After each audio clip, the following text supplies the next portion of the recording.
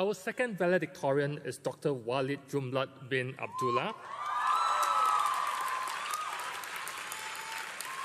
who graduated with the degree of Doctor of Philosophy from the NUS King's College London Joint Degree Programme. During his candidature, Walid won multiple graduate student teaching awards for his exceptional teaching and was placed on the GSTA Honour Roll. In addition to being an excellent teacher, Walid has also been a very active and productive researcher. He has thus far published 11 journal articles and 2 book chapters.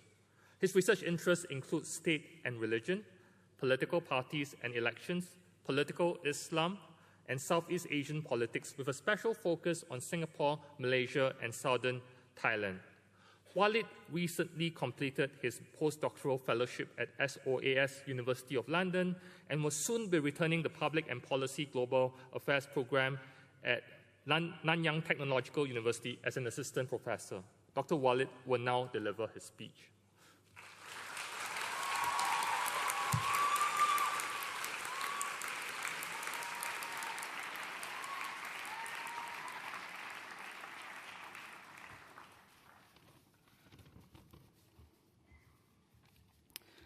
Dean, Faculty of Arts and Social Sciences, Professor Robbie Goh, Member of Parliament for Aljunied JRC and Leader of the Opposition, Mr. Pritam Singh,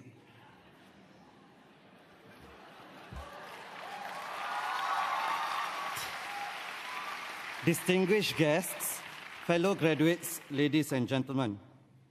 Before I begin, let me express my delight at the presence of Mr. Pritam Singh. I believe this is a positive sign indicating the continuing maturity of our democracy.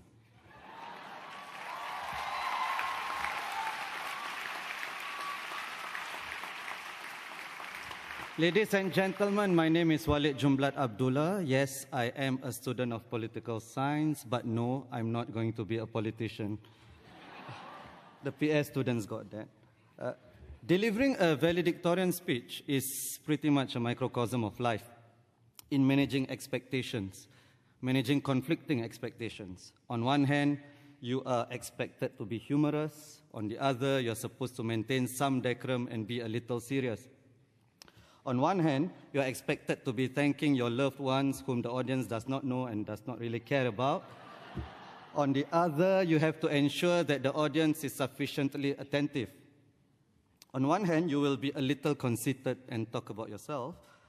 On the other, you are expected to display some pretense and veneer of humility. Or in today's parlance, you will have to engage in some humble bragging. So please bear with me as I muddle my way through the complexities of societal expectations. Ladies and gentlemen, I will essentially be speaking about 2 themes today. The first is elitism. And there's been much talk in the national discourse about elitism, and it is not possible to discuss elitism in great depth here today. But for me, elitism is not just about attending the best schools. Otherwise, all of us here would be considered elitists, since we are, after all, graduates of NUS. But rather, elitism is about a mindset as well. The mindset that we made it in life purely because of our own efforts. The mindset that if there are people who are not as successful as we are, in our estimation, it is because they were not as hardworking and as industrious as we were. Ignoring the numerous people and circumstances who and which made it possible for us to achieve whatever we achieved. I think this is elitism in its unadulterated form. Because if we were to exercise some intellectual honesty, we would realize that we got here, frankly, because of luck. Yes, hard work is necessary, but it's not sufficient for success because other things still need to fall in place. And this brings me to my second theme, which is narcissism, something which I know a little bit about. I think, ladies and gentlemen, we are at a point in history where human beings are the most narcissistic we have ever been. And for evidence, one needs to look no further than our social media posts on Mother's Day. And I'm choosing Mother's Day for a specific purpose. We would start off with Happy Mother's Day to the greatest mother in the world, and then spend the next 3 paragraphs talking about ourselves, about how we overcame the odds in our lives, using our mothers as peripheral figures in that status. And then we would end off with, "Thank you, Mom." So even on the one occasion where we are supposed to honor the most sacred person in our lives, we somehow manage to make it about ourselves. And I know I am guilty of this. Perhaps, fellow graduates, most of us are already thinking about our post on social media later. We are probably preparing lengthy posts which are designed to maximize the most number of likes, attract the most number of comments. But maybe today, perhaps just for today, we could do something different. Perhaps we could make our social media posts genuinely about others who help us get to where we are, and not about our exaggerated brilliance. And when we leave, perhaps we could do something even more revolutionary. We could thank our parents in person and not just online. We could tell them that we love them. We could tell them we appreciate them for all of their efforts in making us successful. In some ways, I believe elitism and narcissism are really two sides of the same coin, because both involve inflating one's self-worth, which is why I believe it is vital to exercise some humility on days like this when we feel on top of the world and cede some, if not most, of our success to other people.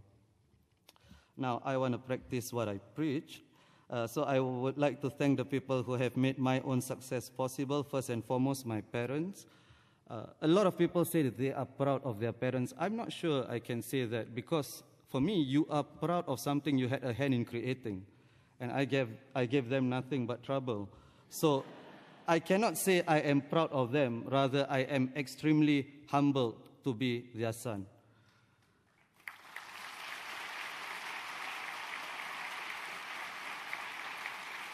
My 4 siblings, all of whom are here today, whom I did not choose, but if I were given a choice... Wait, the sentence is not over yet. If I were given a choice, I would have chosen all 4 of you nonetheless.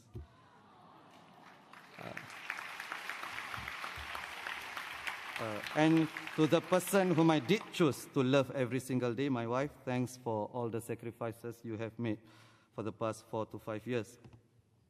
My uncles and aunts who have been vital in my own development, and I think my fellow Indians in this audience can appreciate what I'm going to say.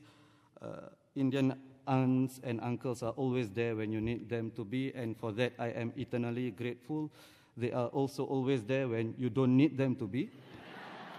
So they will offer you all sorts of unsolicited advice about your sense of dressing, your weight, your choice of spouse. If you don't believe me, just grab any Indian aunt. Grab my mom. Within 5 minutes of speaking to you, she can tell you who you should be marrying. Okay, I'm going off script a little. And I wish to thank the kind people from the political science department, and there is a whole list. I will always consider myself to be part of the NUS political science family. The admin staff at the department are the first on the list. As any political science student would know, without the admin staff, there would be no Department of Political Science. Ms. Sham, who is now at Registrar's Office, Angeline, Aloysius, Jaya, Edna, Nuraida, thank you so much. My teachers and professors at the department, chief of whom is my dissertation supervisor, Professor Bilver Singh.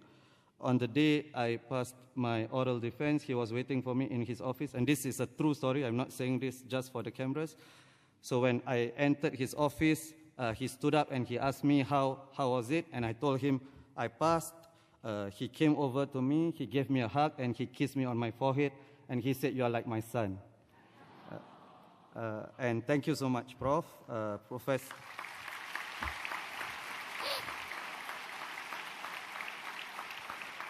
Professor Hussein Muttalib, another father figure of mine in academia who has since retired, but he was the inspiration for me to do my PhD in the first place.